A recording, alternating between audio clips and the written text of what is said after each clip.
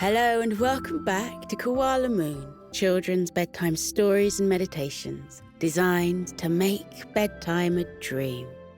Before we settle down, just a quick favour. Koala Moon is still new, and right now only 1 in 10 of our sleepy koalas have subscribed. Subscribing shows YouTube you love our stories and helps us grow.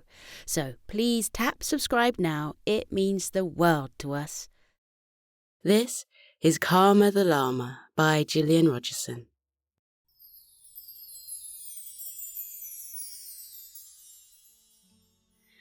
One bright, sunny morning in the mountain area of Peru, Karma the Llama woke up and smiled. She had a long stretch, got out of bed and opened the curtains.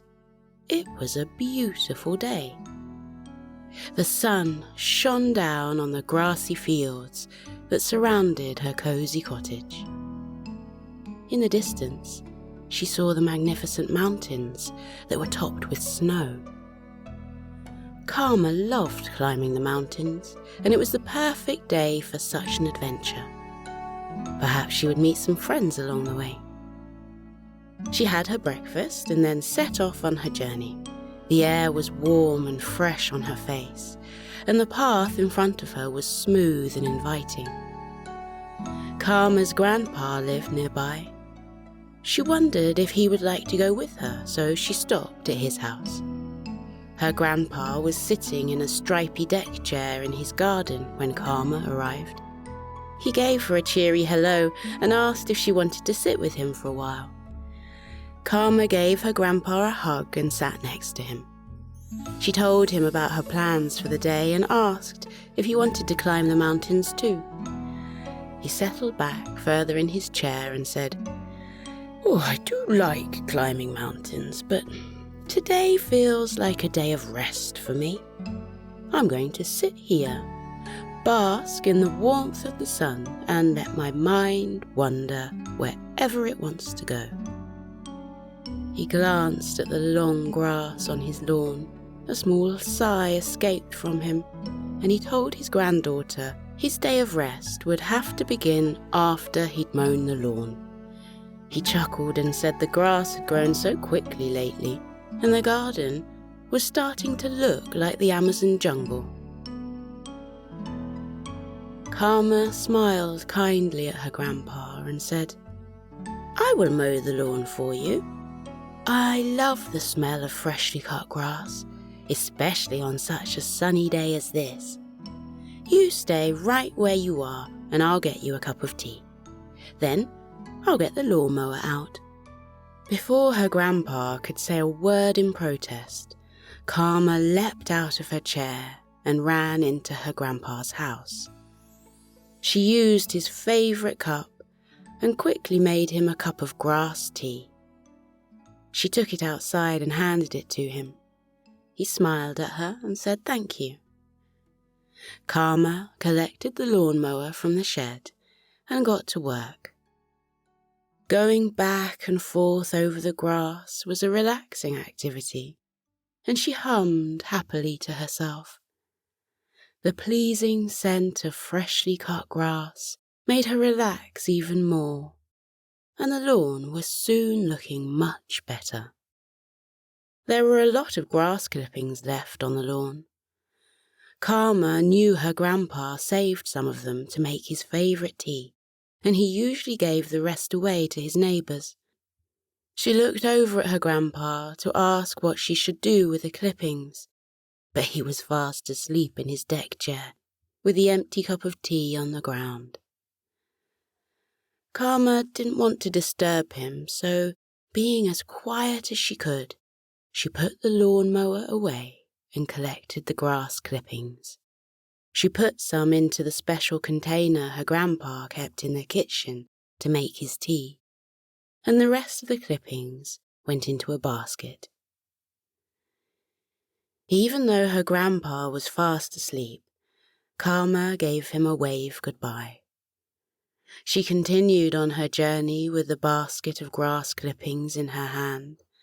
She was certain someone would like them. It wasn't long before Karma found someone busy in their garden. It was Alma the alpaca. She had been one of Grandpa's neighbours for a long time and knew Karma well. Alma was a keen gardener who was always busy doing something in her beautiful garden. Alma waved at Karma and asked how she was. Karma said she was good and held up the basket of grass clippings and told the alpaca where they had come from. She asked Alma if she had any use for them. Alma broke into a wide smile and said, "Absolutely. I need to put some around the carrots and potatoes that I'm growing. It helps to keep the moisture in the soil." When Karma asked how much she would like, Alma inspected the basket and asked if she could possibly have all of it, please. She had a lot of vegetables in her garden, and the grass clippings would cover them all. Karma smiled and said of course she could have them all. Alma said thank you and then started laughing as she ran her hand over her fluffy arm, which was covered in soft wool. She said, "I don't suppose you know anyone who would like some of my wool. I've been using a new shampoo recently, and my woolly covering has grown quicker than ever before, and I have to keep cutting it. I've got a big pile of wool inside my house, and I don't know what to do with it." Karma said she didn't need any wool, but offered to take it with her in case she met anyone who would like it. Alma thanked the kind llama and swapped the grass clippings in her basket for a pile of her soft wool. Karma waved goodbye to the alpaca and went on her way. The llama walked towards a line of grey rocks that was surrounded by long, swaying grass. A group of young chinchillas were playing outside the rocks, and their cheerful laughter filled the air. The mother chinchillas were resting nearby and watching their young at play. Karma walked over to the mothers and said hello. She held up her basket and asked if they would like any alpaca wool. One of the mothers clasped her hands together in delight and said, "This is just what we need. Our little ones are growing so fast, and they keep getting too big for their clothes. We're always making new ones for them. Not only that, some of them are starting school soon, and we'll need to knit school jumpers for them." One of the other mothers added, "Don't forget about their winter clothes, too. I've already started knitting some scarves and gloves for my children. And there's also the matter of our cousins arriving soon." She told Karma that because the chinchillas loved living by the rocks, they had invited their cousins to join them there too. They were due to arrive any day soon, and there would be many more chinchilla children to knit for. Karma looked at the playing children. There were a lot of them. Karma moved the basket closer and said they could have all the wool. The chinchillas were delighted and thanked the kind llama. They asked if they could give her something in return. "No, thank you," Karma replied with a smile. One of the mothers laughed and said, "I don't suppose you know anyone who needs a pile of straw? We've been cutting some down to make room for our cousins and their new homes. We don't need it for anything, and you're welcome to take it." Karma offered to take the straw in case she met anyone on her walk who might need it. She swapped the soft alpaca wool in her basket for a pile of golden straw. She waved goodbye to the chinchillas and continued on her way. The sun shone warmly on the llama's back, and birds sang sweetly from the treetops. Karma walked on, getting ever closer to the mountains. She walked through an orchard and saw a ladder resting against a tree that was ripe with red apples. A mountain goat was about to climb the ladder, but when he saw Karma, he waved and said hello. He asked where she was going on such a lovely day. Karma said she was heading towards the mountains. She held up the basket of straw and asked if he would like any of it. The mountain goat chuckled and said it was just what he needed.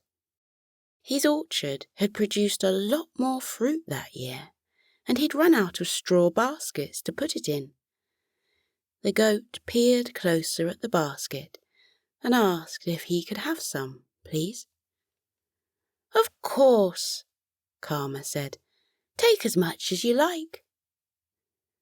The mountain goat asked Karma if she'd ever made any baskets before. When she said no, he offered to teach her the art of basket making. Karma said yes and thanked the goat for his kindness. The goat told her to sit under the shade of the apple tree. With lightning speed, he dashed up the ladder and picked a couple of ripe apples from the branches. He returned to the llama and gave her one of the apples. Karma bit into it. The apple was delicious and tasted of warm sunshine and refreshing rain. The mountain goat and the llama crunched on their apples and talked happily about one thing and another. When they had finished eating their apples, the goat showed Karma how to make a straw basket. It was a bit tricky at first, but Karma kept trying, and she soon worked out how to bend the pieces of straw over each other. She held up her finished basket to show the goat. He was very impressed and said she needed some fruit to go inside the basket. Not only did he have apples in his orchard, but he had pears, oranges, and lemons too.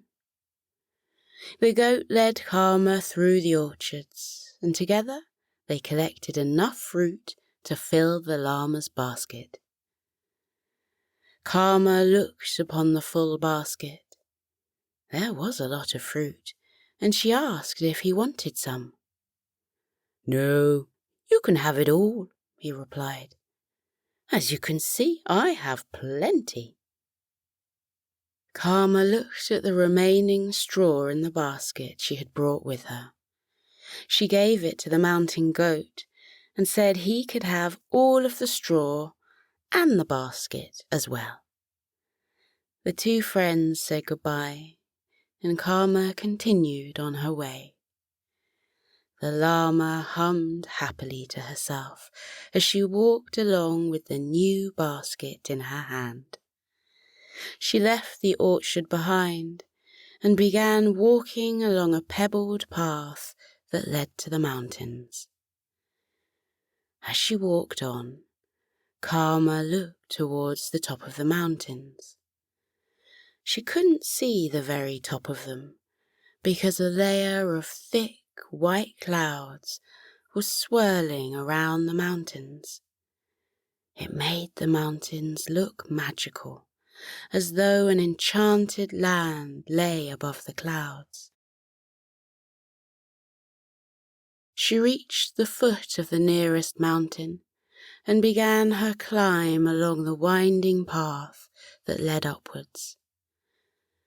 Karma walked past some leafy trees and heard birds singing beautiful songs from the branches. She stopped at a tree and looked at the birds nestled inside it. She saw 6 umbrella birds perched on the branch. They were singing a soothing song. The distinctive crest of black feathers on their little heads looked like tiny umbrellas and made Karma smile. She'd never seen any of the lovely umbrella birds before, but her grandpa had, and he told her all about them. The soft lullaby coming from the birds filled Karma's heart with joy. The umbrella birds finished their song and said hello to the llama. Karma said they were wonderful singers, and she had enjoyed listening to their song. She held up the basket of fruit and asked if they would like some. The umbrella birds said they would love some fruit because singing was very hungry work. Karma stayed with the birds for a while and chatted whilst they ate some of the scrumptious fruit. When they'd finished eating, the umbrella birds sang more songs for Karma. They taught her the words, but Karma couldn't remember them all, so she hummed along instead. After a while, Karma said goodbye to the birds and continued climbing the mountain, the basket of fruit secure in her hand. Up the winding path she went, getting closer to the clouds that hung low over the mountains like a fluffy white blanket.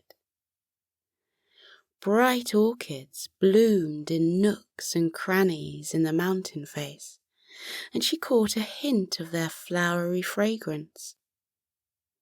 Soon a light mist touched her face, a gentle kiss from the clouds. Karma walked on and was enveloped lovingly by the pale clouds. She could still see the path beneath her feet and the rocky mountain at her side. Karma walked through the cloud forest. The warm mist settled softly on the llama's fur like a comforting blanket. Further along the path, the sun's rays broke through the clouds, and a pleasant warmth flowed through the llama. She carried on walking until she was completely out of the clouds. Karma the llama walked around a bend in the path and came to the top of the mountain. The view before her was magnificent. Patches of fluffy clouds lay between the snow-capped mountain tops. The tallest trees reached through the clouds and stretched their branches up towards the blue sky. Karma was on top of the world. She took some deep, relaxing breaths. The mountain air was fresh and clean. Peace and tranquility flowed effortlessly through her. A voice at her side said, "It's quite beautiful, isn't it? I see this view every day, and I never grow tired of it." Karma looked away from the view and saw a little monkey by her side. It was a yellow-tailed woolly monkey, and he was wearing an orange waistcoat. Karma knew the special monkeys lived in the mountains somewhere, but she'd never seen one, and neither had her grandpa. The monkey smiled and said his name was Marlowe. Karma introduced herself. She didn't know what yellow-tailed woolly monkeys ate, so she offered him some of her fruit. Marlowe said thank you. He loved fruit, especially pears. He invited Karma to stay with him for a while as he wanted to know where she had travelled from. He took her over to a rock, and the two animals sat on top of it. The little monkey bit into one of the juicy pears and smiled in joy at the succulent taste of it. Karma told him about her day and the animals she had met on her walk. As she spoke about the gifts she had passed from one animal to the next, she realized how kind everyone had been, and her heart overflowed with love for having such thoughtful neighbours. She told the monkey what she was thinking, and he smiled too. Marlowe said, "It is good to give things to others, but it's also important to receive gifts too. Giving needs to be balanced with receiving. When it works both ways, everyone is happy." Karma wasn't sure what he meant and asked him to explain more. The monkey ate the last of his pear and wiped his mouth with his yellow tail. He said to Karma, "Because you gave me this wonderful fruit, I'd like to give you something as a thank you. Not because I have to, but because I want to. And it will make me feel good too." Karma said he didn't have to give her anything, because being with him and sharing the wonderful view was enough of a gift. The monkey nodded in understanding, but said he would still like to give her something. He reached into a pocket in his waistcoat and pulled a small item out. He held it up so that Karma could see what it was. The monkey was holding a perfectly sculpted model of himself, complete with a yellow tail and an orange waistcoat. Marlowe told the llama he had made it himself from the mud at the bottom of the mountain. Once he'd made it, the mud had dried in the clear air at the top of the mountain. He loved making things, and with a grin he said he loved playing in the mud too. "Please do take it with you," Marlowe said. Karma took the model and placed it carefully in her basket. She said, "Thank you. I will treasure this forever. It'll be getting dark soon. I should head home. You are welcome to visit my home anytime. I know my grandpa will be delighted to meet you too." Marlowe promised to do so. He said it had been lovely to meet Karma, and he reminded her to remember to accept any gifts that came her way. Karma said goodbye and began her walk back down the mountain. She soon entered the misty cover of clouds again. There was a rumble of thunder, and rain began to fall from the clouds.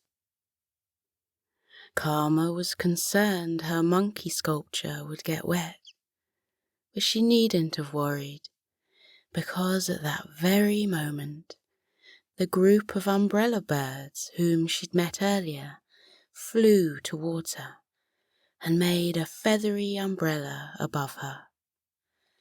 The cover kept her and the basket completely dry as she walked on. After a few minutes, the rain stopped. Karma said thank you to the birds. They smiled in reply and flew away.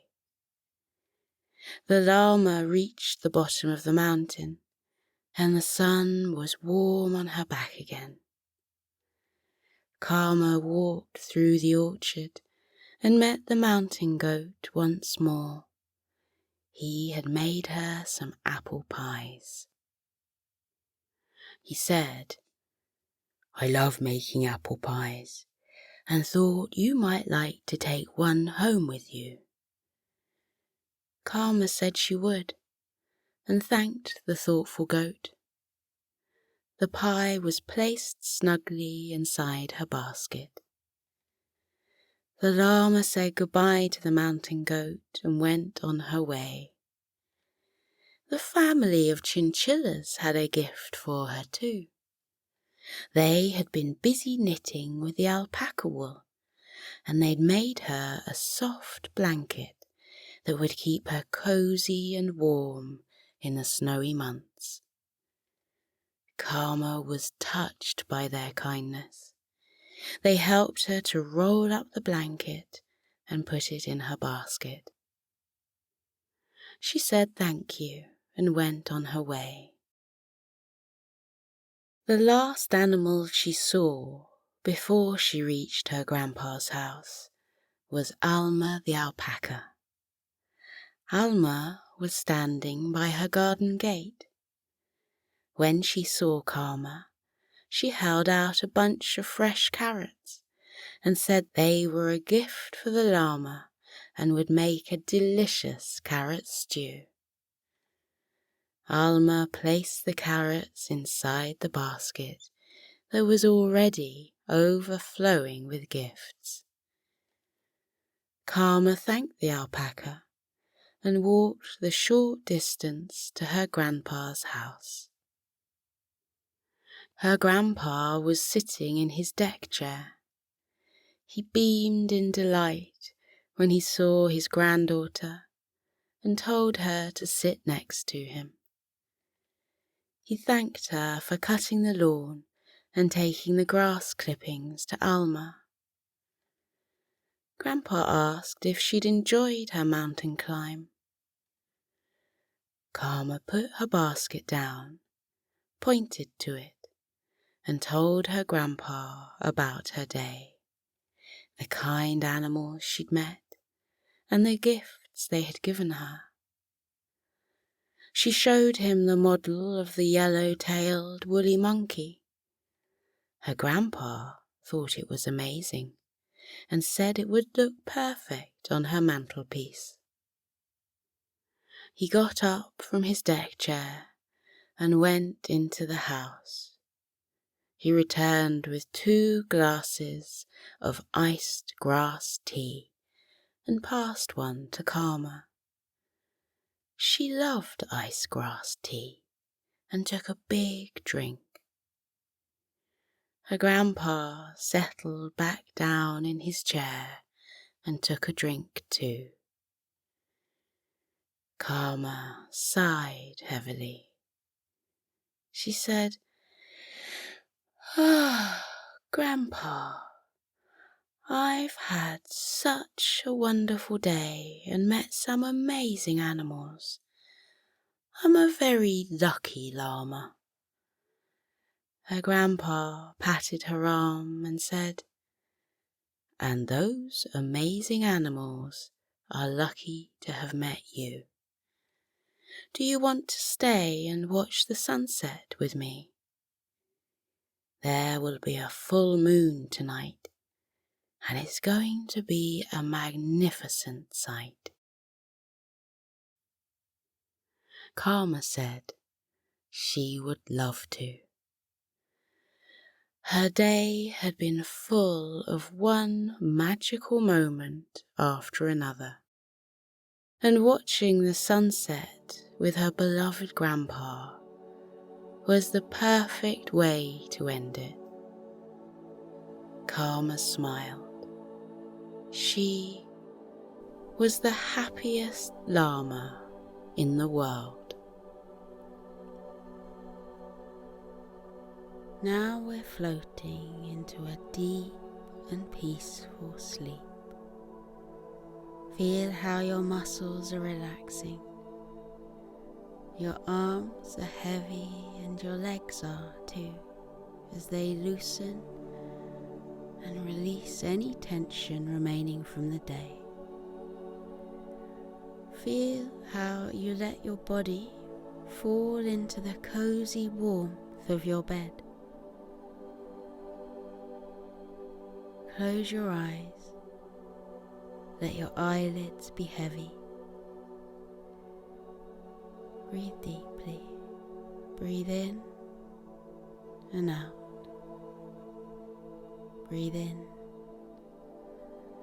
and out as you continue to breathe deeply, and as you keep feeling how your body becomes soft and heavy with sleep. Let your mind drift away. That is the wonderful secret about sleep.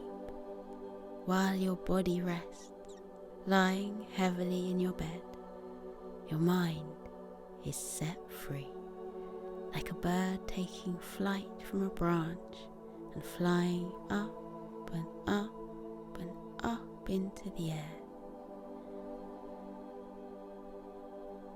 Feel how your mind loosens now, like a balloon that has been untied from a fence, and floats up and up and up like a bird. Up and up and up it floats towards the sky until it reaches up into the clouds. Imagine that you have risen up high above the world and your head has poked up through the clouds.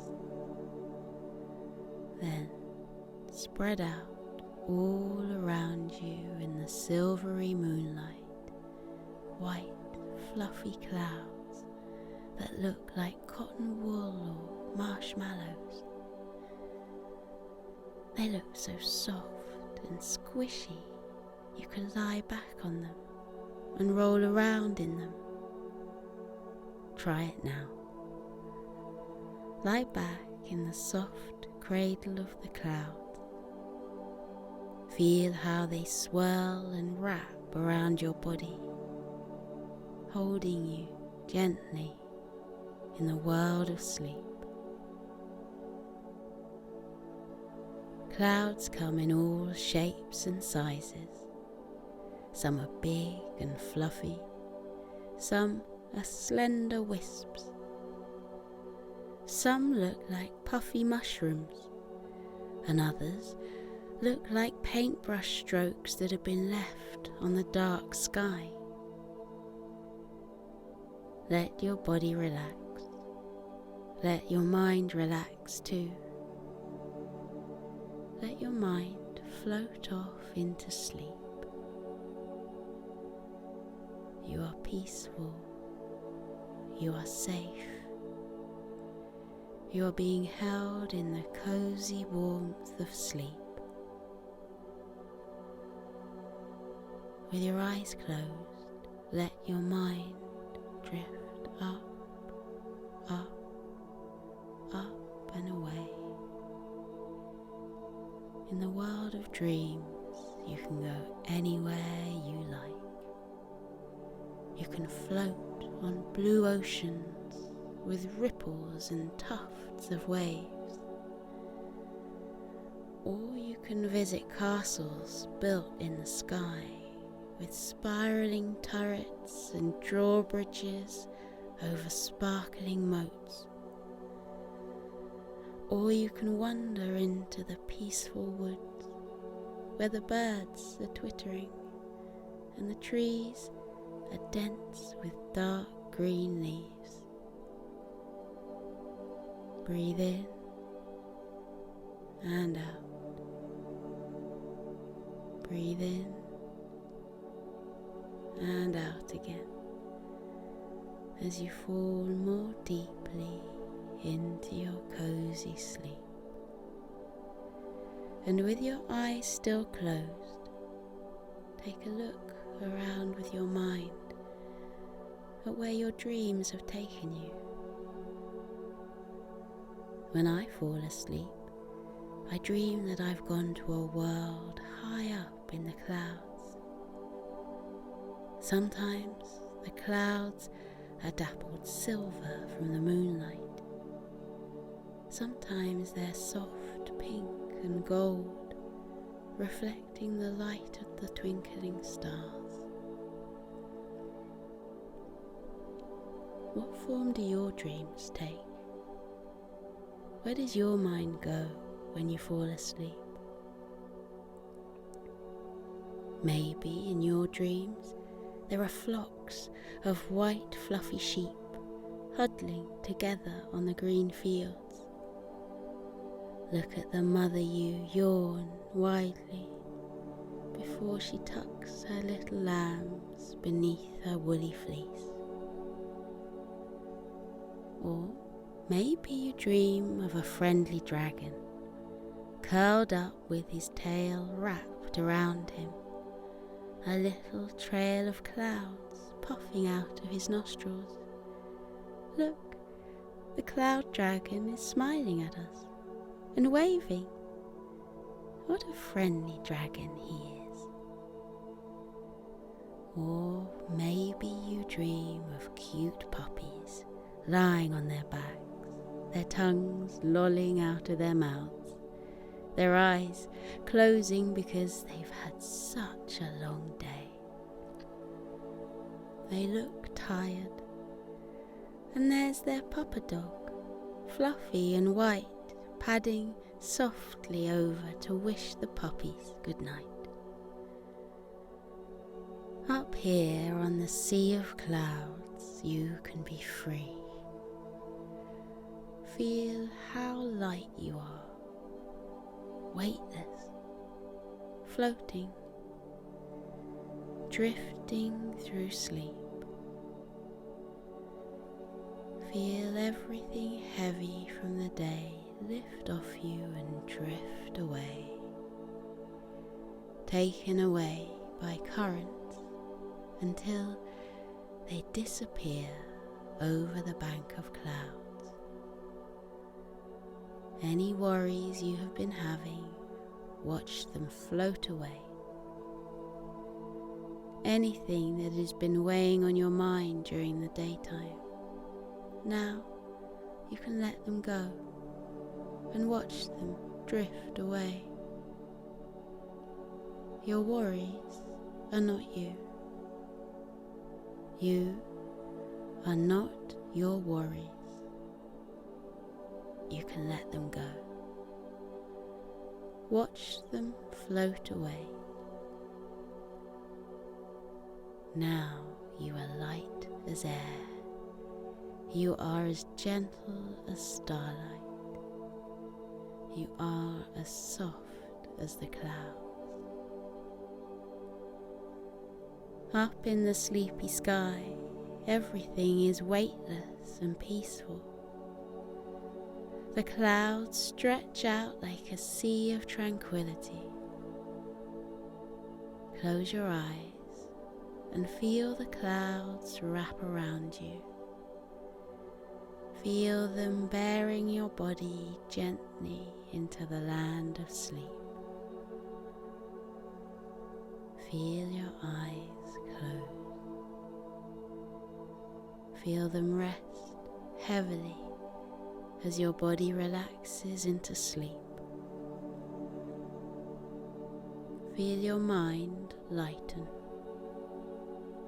Feel it loosen and drift away, light as a feather, soft as the clouds.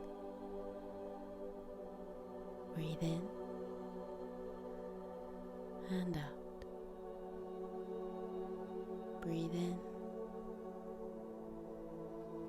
and out. The world of clouds is waiting for you. Let yourself fall into the clouds' soft, warm hug. They are here to protect you. They are here to cushion you. They are here to hold you as you enjoy your deep and peaceful sleep. Sleep well, little one. Sleep well in the land of clouds. Feel how light you are. Feel how weightless.